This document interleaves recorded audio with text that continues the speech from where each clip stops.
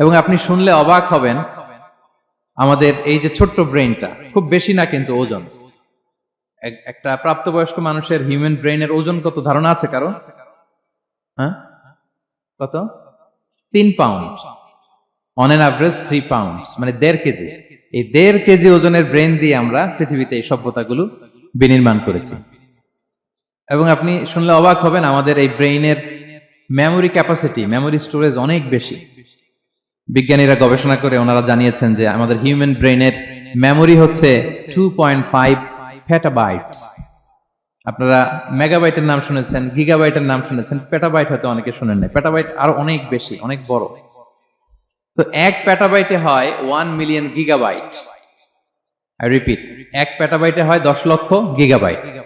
তার মানে আমার আর আপনার যে হিউম্যান ব্রেইন, এই ব্রেইনের ক্যাপাসিটি হচ্ছে 25 লক্ষ গিগাবাইট। সুবহানাল্লাহ, এত আসতে 25 লাখ গিগাবাইট আমাদের ব্রেইনের মেমোরি বা স্টোরেজ। আচ্ছা বলেন, আপনাদের এই যে আইফোন মোবাইল, এটাতে মেমোরি কত? 256 জিবি ম্যাক্সিমাম, ম্যাক্স 256 জিবি। আচ্ছা গেল। এরপর আমাদের ল্যাপটপ গুলোতে মেমোরি স্টোরেজ কত ম্যাক্সিমাম?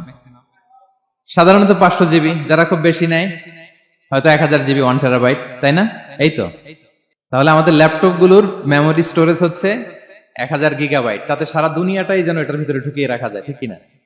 কিন্তু আল্লাহ তাআলা আমাদেরকে যে দয়া করে ব্রেন দিয়েছেন, এটার মেমোরি ক্যাপাসিটি হচ্ছে 25 লক্ষ গিগাবাইট। আল্লাহু আকবার।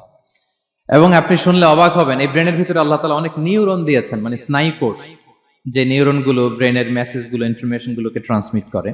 আমাদের ব্রেইনে এই স্নায়ু কোষের সংখ্যা বা নিউরনের সংখ্যা মোর দেন 100 বিলিয়নস, মানে 10,000 কোটিরও বেশি। তো আমরা যত বেশি চিন্তা করি, যত বেশি ব্রেইন খাটাই, আমাদের এই স্নায়ু কোষগুলোর মধ্যে সংযোগায়ন বাড়ে, মানে নিউরন কানেক্টিভিটি বাড়ে।